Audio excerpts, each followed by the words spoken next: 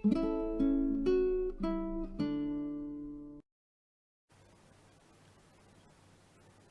આજે આપણે કર્મના સિદ્ધાંત વિશેની સમજ લઈશું. ફિલોસોફિકલ પોઈન્ટ ઓફ વ્યૂ, દર્શનશાસ્ત્ર શું કહે છે આ સિદ્ધાંત વિશે, અને આપણા જે ગ્રંથો છે એ શું માહિતી આપી જાય છે, તો એ વિશેનું સંક્ષિપ્તમાં સમજ લઈશું.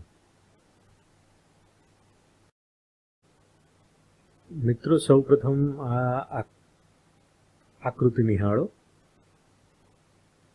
આ જે રચના છે એ રાણકપુર જૈન મંદિર, રાજસ્થાન, અને તેને કર્મની સાંકળ તરીકે ઓળખવામાં આવે છે. કર્મની એકબીજા સાથે જોડાયેલી કલ્પના, અને એમાં તમે જોઈ શકો છો કે કર્મ બંધન કઈ રીતે દર્શાવાયું છે. સાંકળ દ્વારા, જેને કર્મની સાંકળ કહેવામાં આવે છે. તો આ એક આકૃતિ રાણકપુર જૈન મંદિર ખાતે જોવા મળે છે ભારતમાં. કર્મ એ સંસ્કૃત શબ્દ છે જેનો અર્થ સામાન્ય રીતે થાય ક્રિયા, પરંતુ દક્ષિણ એશિયામાં અને ભારતીય ઉપમહાદ્વીપમાં એનો આ અર્થ મર્યાદિત નથી, પરંતુ એક બહોળા સ્વરૂપે જોવામાં આવે છે. અને મૂળ કર્મની એ હિન્દુ ધર્મની વિભાવના છે. હિન્દુ ધર્મમાંથી આપણે સૌપ્રથમ તેના વિશે વેદોમાંથી માહિતી મળે છે. ત્યારબાદ ભારતીય ઉપમહાદ્વીપમાં ઉદ્ભવેલા અન્ય ધર્મો જેવા કે જૈન, બૌદ્ધ, ત્યારબાદ ઘણા પછીથી શીખ ધર્મ, આ તમામ મુખ્ય ધર્મોમાં કર્મનો સિદ્ધાંત સમાવિષ્ટ છે.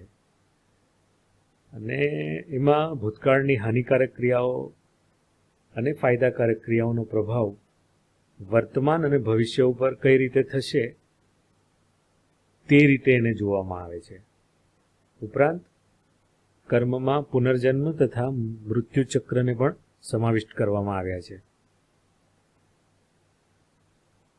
કાર્યકારણતાના શબ્દો, કાર્યકારણતા, કોઝ એન્ડ ઇફેક્ટ અંગ્રેજીમાં જેને કહે છે, કાર્યકારણતાના શબ્દો, વિચારો, કાર્યો, એવી ક્રિયાઓ કે જે આપણા થકી થઈ રહી છે કે આપણી સૂચના દ્વારા થઈ રહી છે, તો ત્યાં પણ આ સિદ્ધાંત લાગુ પડે છે. ઉદાહરણ તરીકે આપણે કોઈક સારું કાર્ય કરતા હોઈએ તો અપેક્ષા રાખીએ કે આપણી સાથે કંઈક સારું થશે, પરંતુ આપણે સમજવું જોઈએ કે જ્યારે આપણાથી કંઈક ખરાબ કૃત્ય થઈ જાય છે તો પણ આ નિયમ લાગુ જ પડે છે. એનો અર્થ એ કે તેની ખરાબ અસર ભોગવવા માટે તૈયાર રહેવું.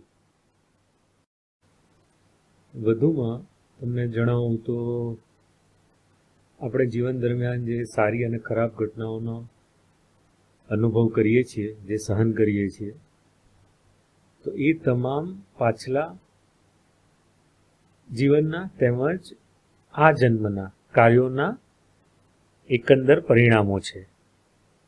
અને આ જે સમગ્ર પરિકલ્પના છે તેને કર્મના સિદ્ધાંત તરીકે જોવામાં આવે છે. અને જે મેં અગાઉ જણાવ્યું તે પ્રમાણે બુદ્ધ, જૈન તથા શીખ ધર્મમાં પણ તેની અસર જોવા મળે છે.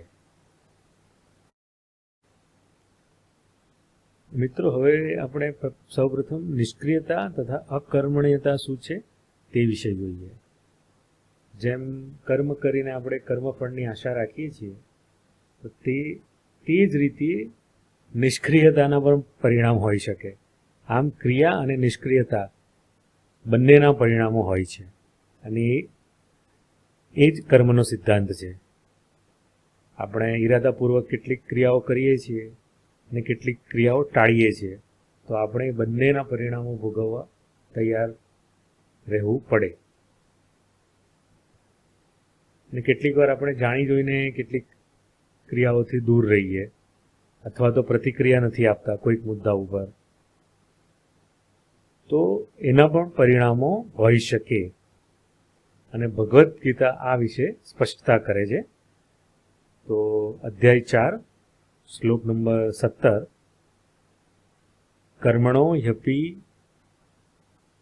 બૌદ્ધવ્યમ ચ વિકર્મણા અકર્મણશ્ચ બૌદ્ધવ્યમ ગહના કર્મણો ગતિહિ.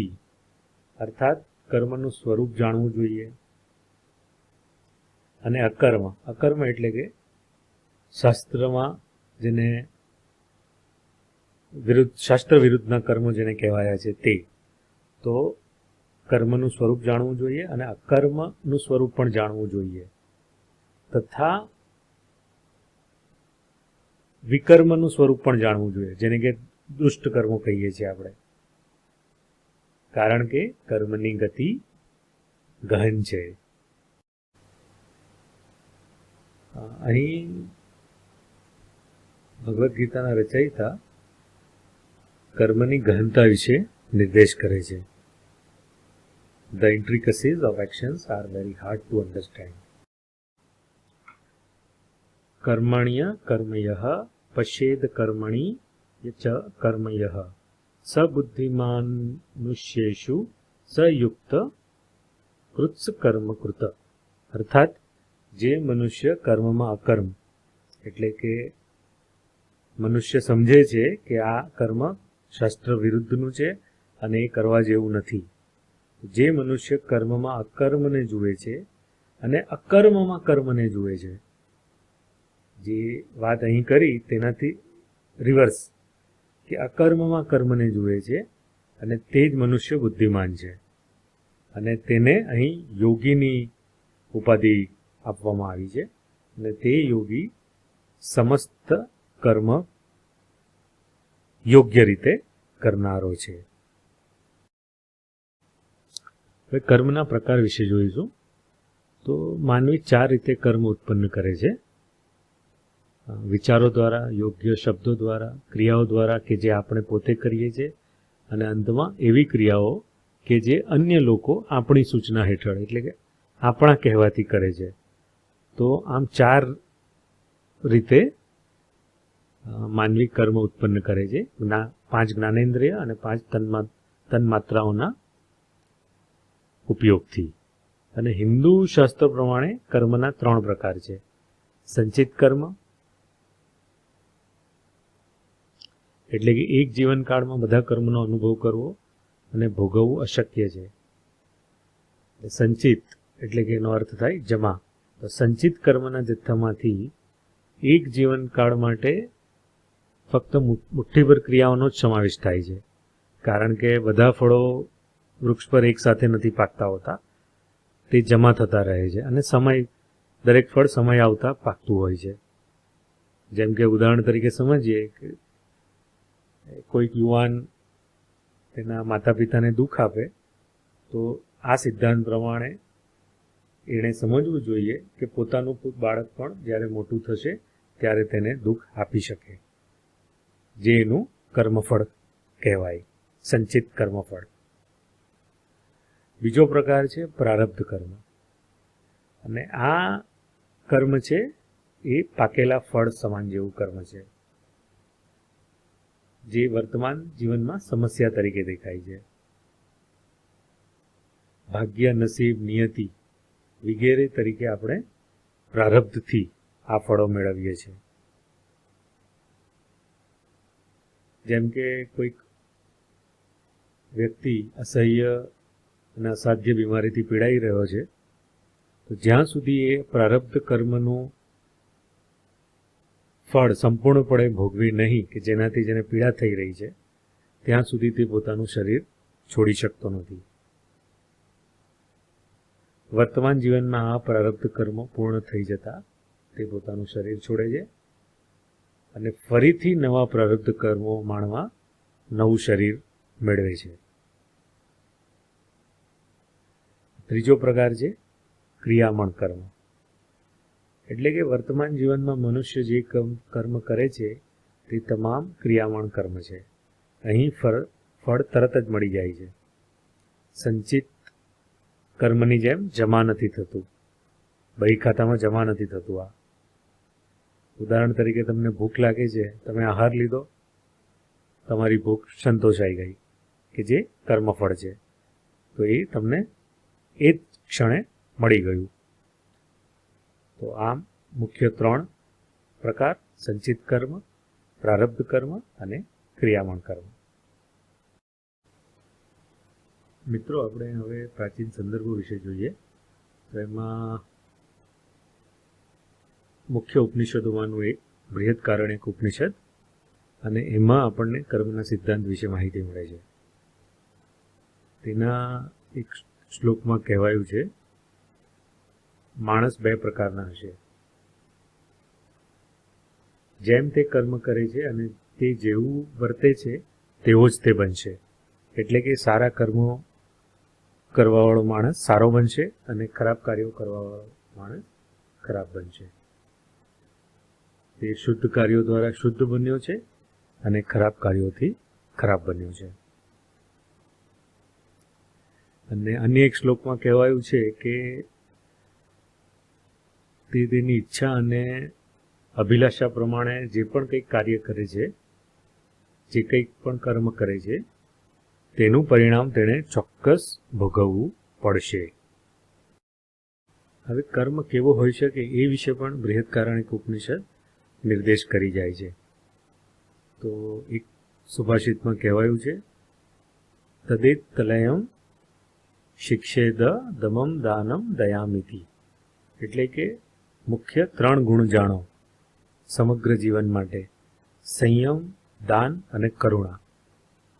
તો અહીં આપણને કર્મ કેવા હોઈ શકે એ વિશેનો સ્પષ્ટ નિર્દેશ મળે છે.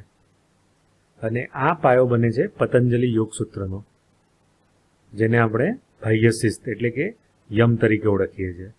અને કર્મ કરતી વખતે આ નીતિનું પાલન થવું આવશ્યક છે.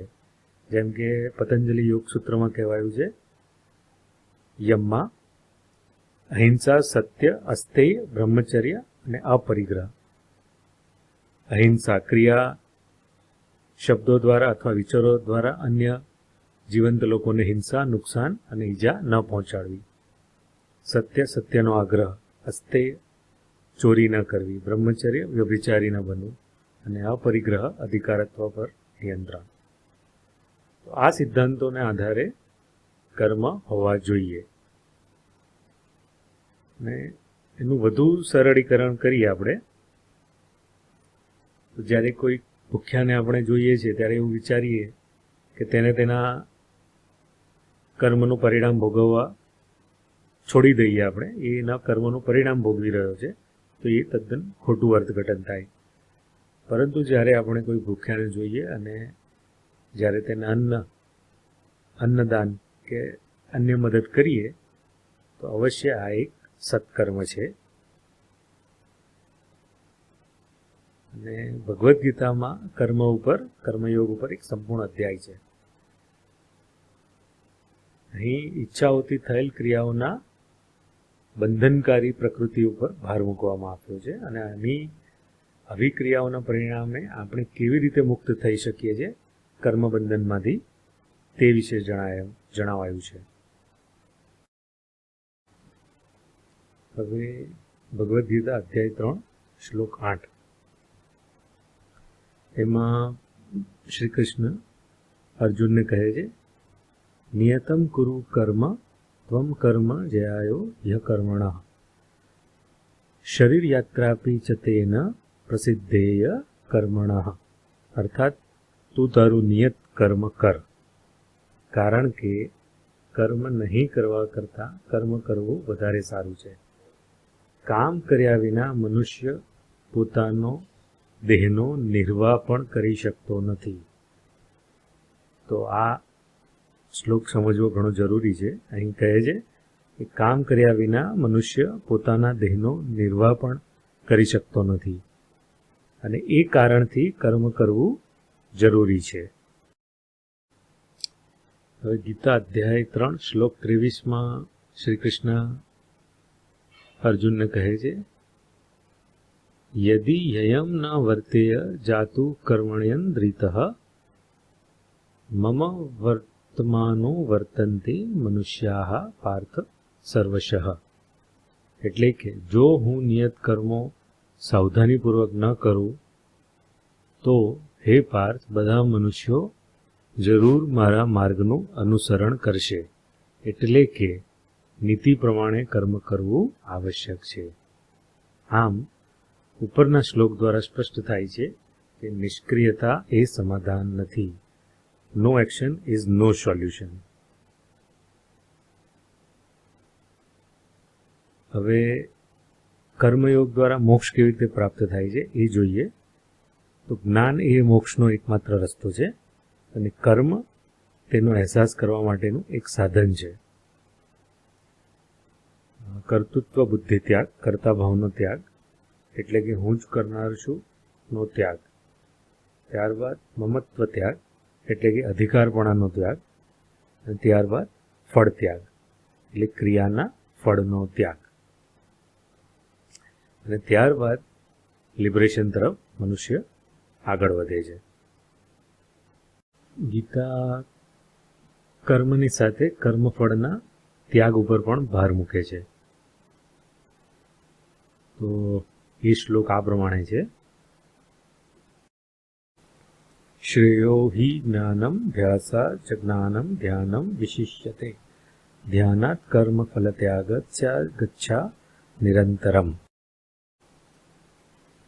અર્થાત જ્ઞાન નિશ્ચિતપણે અભ્યાસ કરતા ઉત્તમ છે, ધ્યાન જ્ઞાનથી પણ ચડિયાતું છે અને કર્મફળનો ત્યાગ ધ્યાનથી પણ શ્રેષ્ઠ છે.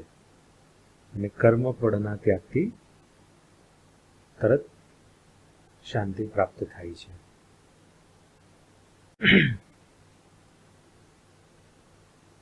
જેમ કે practice is better than knowledge, જ્ઞાન. Knowledge is better than meditation, ધ્યાન. And meditation is better than renunciation, કર્મફળનો ત્યાગ. અને કર્મફળના ત્યાગ દ્વારા શાંતિ અનંતરમ, ઇમિડિયેટલી પીસ, ત્વરિત શાંતિ તરફ. હવે બુદ્ધ ધર્મમાં કર્મનો સિદ્ધાંત જોઈએ. તો બુદ્ધ ધર્મમાં કર્મનો સિદ્ધાંત હિન્દુ ધર્મના પ્રભાવ હેઠળ જણાય છે, જેનો ઉલ્લેખ આપણને વિવિધ જાતક કથાઓમાં જોવા મળે છે.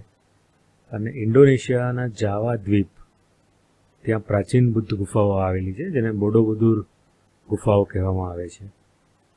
અને અહીં કર્મના સિદ્ધાંત અને સ્વર્ગ નર્ક વિશેની માહિતી આ ગુફામાં મળે છે. અને આ ગુફાના વિભાગને, જ્યાં કર્મનો સિદ્ધાંત દર્શાવાયો છે, તેને કર્મ વિભાગ તરીકે ઓળખવામાં આવે છે. હવે ગુફાના આ શિલાલેખમાં જુઓ, વ્યભિચાર કાર્ય કરવા માટે માણસને તલવારના જંગલમાં સજા કરવામાં આવી રહી છે અને એને ઉકળતા પાણીમાં ફેંકી દેવામાં આવ્યું છે. આ ઉકળતું પાણી તમે જોઈ શકો છો. તો આ રીતે કર્મનો સિદ્ધાંત દર્શાવાયો છે કે વ્યભિચારની અસર શું થઈ શકે અથવા તો શું પરિણામ ભોગવવું પડે. ત્યારબાદ અન્ય એક શિલાલેખમાં મંદિરના દીવાઓનો નાશ કરનારા લોકો, જે દુષ્કર્મ કહેવાય, તે કદરૂપા દેખાવા લાગે છે અને એની અસર છે. તો આ રીતે બોડોબુદુર ગુફાઓ, ઇન્ડોનેશિયા, કર્મનો સિદ્ધાંત કર્મ વિભાગમાં દર્શાવાયો છે. મિત્રો, આશા રાખો આજનો કર્મના સિદ્ધાંત ઉપરનો સંક્ષિપ્ત વિડીયો તમને પસંદ આવ્યો હશે. ટૂંક સમયમાં આ વિષય પર વિસ્તૃત એક વિડીયો બનાવીશ. આજનો વિડીયો તમને જો ગમ્યો હોય તો લાઈક કરો, શેર કરો અને ચેનલને જરૂરથી સબસ્ક્રાઈબ કરો. ધન્યવાદ.